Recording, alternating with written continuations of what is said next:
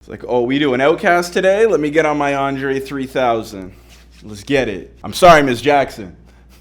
If you know anything about hip-hop, then you should be familiar with the dynamic duo that has given us classic and timeless records for over 2 decades and truly changed the landscape of the genre, which ushered in generations to come, none other than OutKast. There really can't be enough said about what this group, comprised of its 2 members, Andre 3000 and Big Boi, have done over their careers, from taking an entire region and city and putting it on the map, giving us transcending stylistic music that holds up its artist integrity and actually gets better over decades to come, winning countless awards and earning the critical acclaim from their peers, as a majority of rappers and fans include OutKast or at least one of its members in their top 5. I can make this whole video really just rattling off what makes this duo truly great, but maybe there were some things you didn't know about their past or what's going on with them today. If you want to find out just how exactly Andre 3000 became entangled in the current Kanye West and Drake beef, if you want to know what Big Boi is up to these days, if you want to know what happened to OutKast and if they will be releasing new music in the future, then look no further as we cover the legendary duo in this episode of Where Are They Now?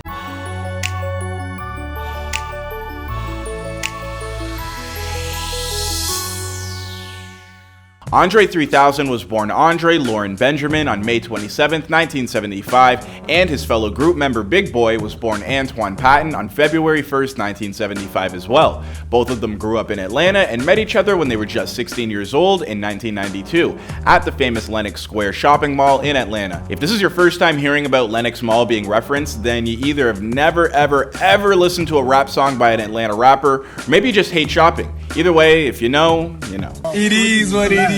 It is what it is. Andre and Big Boi teamed up from an early age, participating in lunchtime rap battles and eventually making tracks together. I love any rapper who started off rap battling in their cafeteria. I don't know, it's just the most authentic thing to me. After developing somewhat of a reputation, the duo was approached by Organized Noise, a group of local producers who went on to make songs for groups like TLC. Funny enough, the original name that the two wanted to go by at the time was 2 Shades Deep or The Misfits. And given the fact that both those names have already been taken, they opted to go with the name OutKast as it's a synonym to the phrase misfit. OutKast went on to sign a deal with the imprint that became LaFace Records, making their first appearance on a remix to a TLC song. But their first hint at true commercial success came off the back of their hit song Players Ball, which was released in 1993 and went #1 on the Billboard Hot Rap Tracks chart. Billboard Hot Rap Tracks chart. I don't know, maybe that's why they got rid of that name.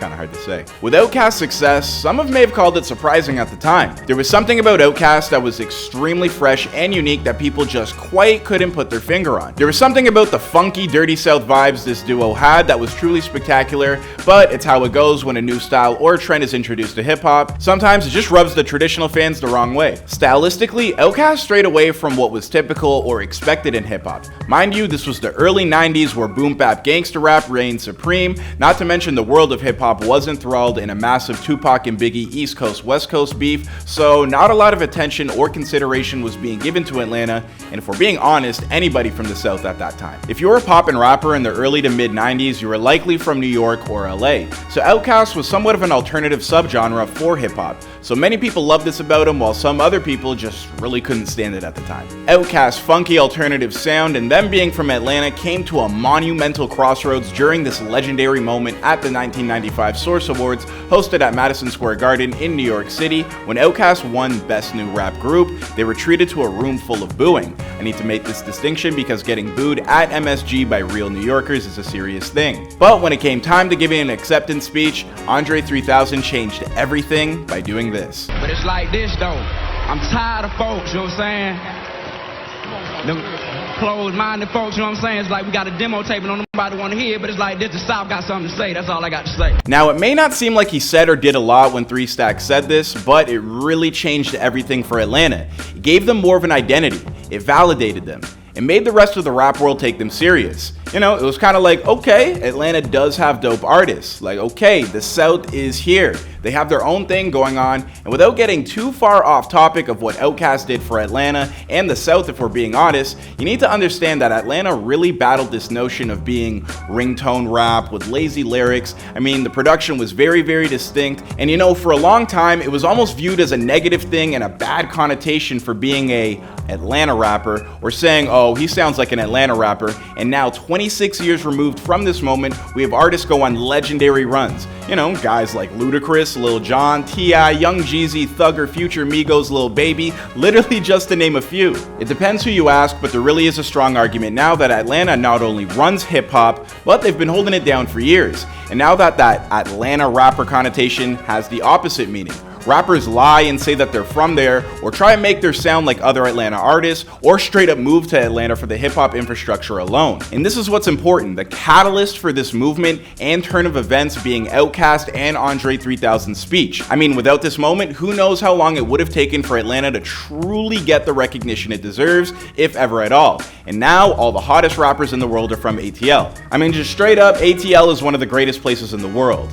Cue the Donald Glover speech. I really want to thank Atlanta and all the black folks in Atlanta, for real, just for being alive and doing just amazing and being amazing people. After establishing themselves as a true force to reckon with in the industry with the release of the platinum Southern playlist to Cadillac Music, they released AT-Aliens in 1996, which did eventually go double platinum. But this album signified another shift for the group, this time more stylistically. AT-Aliens saw the group make less party-driven music and featured more laid-back lyrics with spacey production, and is more so when we saw OutKast start to embrace the artsy, afro-out, eccentric fashion style that we all know them to be today. And let's keep it a stack. Andre 3000 is very much a fashion icon as much as he is a hip-hop icon. There is just really a swagger that Andre 3000 and Big Boi were cultivating and developing, and they were truly starting to step into it. From this point on, OutKast didn't really miss. They dropped Acclaim in 1998, which also went double platinum and dived into themes about astrology, featured more electronic production, and contained one of their greatest and most controversial tracks ever with Rosa Parks. In the new millennium, OutKast dropped Stankonia, which was another commercial and critical success, eventually being certified 4 times platinum. This album also featured the classic OutKast track, Miss Jackson, which if you didn't know already, was about his relationship and breakup with Erykah Badu, Miss Jackson symbolizing Miss Badu's mother. This really is OutKast 101 though, just in case you didn't know. In 2003, OutKast released another classic record, Speakerboxxx The Love Below, which was a double album, basically 2 solo albums, Speakerboxxx featuring only Big Boi, and The Love Below featuring primarily Andre 3000. The album was a critical and commercial success, I mean like all their albums, except this one went diamond by selling over 10 million copies. This album also featured the smash hit Hey Ya, which I feel like even if you hate hip-hop and rap music, you still probably love that song. And who doesn't like it? I mean, it's such a happy-go-lucky track, although did you know that this song actually has a much darker meaning? While Hey Ya does sound like a bubbly, feel-good bop, if you examine these lyrics, you'd realize it isn't all roses and bubbles. Andre 3000 wrote this song about how messed up modern day relationships are and how people get in relationships rather because they're scared of being alone rather than being in love with their partner, and that we're all in denial about this. I know, kinda dark, right? Crazy how many people have this as like a feel-good record or put it on their feel-good playlist and not even know the meaning behind it. They have even posted memes about this themselves on Twitter, claiming the song to be 1/5 a bop and 4/5 the saddest song ever written. I wonder what Andre 3000's perspectives on relationships would be now. I mean, social media didn't even really exist when he was making that song, so always interesting to think about. Speakerboxxx The Love Below, I would say, was the pinnacle of OutKast's commercial success, as they did release one more album, 2006's Idlewild, that went along with a movie by the same title. After this, we truly never really saw Big Boi and Andre 3000 reunite as a group to make more music. Over the next 10 years, Big Boi put together his own solo album, Andre would do a decent amount of guest features, as well as landing roles in feature films like Semi-Pro and portraying Jimi Hendrix in the biopic film, All Is By My Side. From that point on, the demand for a solo Andre 3000 album accumulated, and he even said he was gonna do it, but this project never really ended up materializing. The duo would reunite for a set of shows and festival appearances as they wore these iconic outfits. After more than 40 shows and appearances in 2014, the group resumed their hiatus after playing the Voodoo Music Experience on Halloween in 2014. So what is OutKast up to all these days? Well, they have somewhat fallen into obscurity as fans started to accept that they probably wouldn't get a reunion or any new music anytime soon. But that didn't stop Andre 3000 from going into random coffee shops playing the flute. Yes, this was a thing for a while where people would just randomly see 3 Stacks playing instruments and having random impromptu jam sessions with people everywhere he went, yet somehow flying under the radar at the same time. I don't know, you gotta appreciate Andre 3000. The dude is an enigma. Andre, can I get a picture with you? What's up, boss? My lady, man, we You a hard man to find, man. Hey, how you doing? Not really. I'm always around. After a while, it kind of seemed hard to get a hold of Andre 3000, as the only time we would really see him is these random instrument sightings and pleasant fan interactions. But then he sat down with Rick Rubin in 2019 to catch people up on what he's been up to. On the conversation about making new music, he told Rick, I haven't been making much music, man. My focus is not there. My confidence is not there.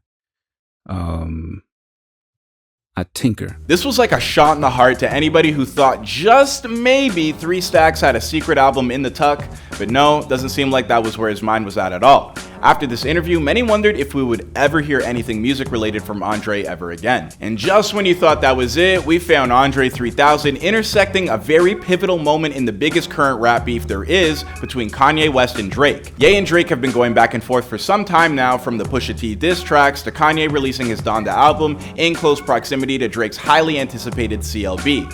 A day after Drake dropped CLB, he took to his own radio show on Apple Music to leak a supposed Kanye diss track that featured none other than Andre 3000. Now, as excited as the world was to hear a new 3 Stacks verse, it was juxtaposed with Kanye's verse dissing Drake.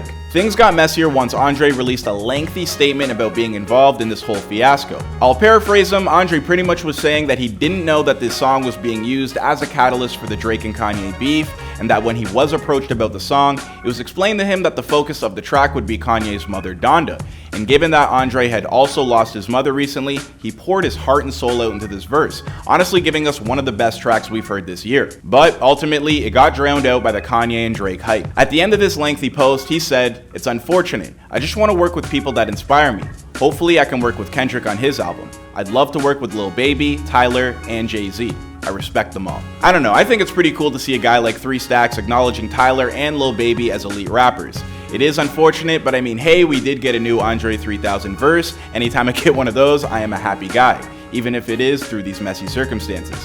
Hell, I mean, Big Boi even chimed in posting what he's been working on too. So does this mean that we could potentially see new OutKast music? Honestly, probably not, and that's okay. They've given us a lot, and I think we can be more than happy with the legacy and body of work that this legendary duo from Atlanta has given us. My name is Clyde Smith, and if you enjoyed this look at what OutKast is up to today, then please like and subscribe, and I'll see you guys in another video.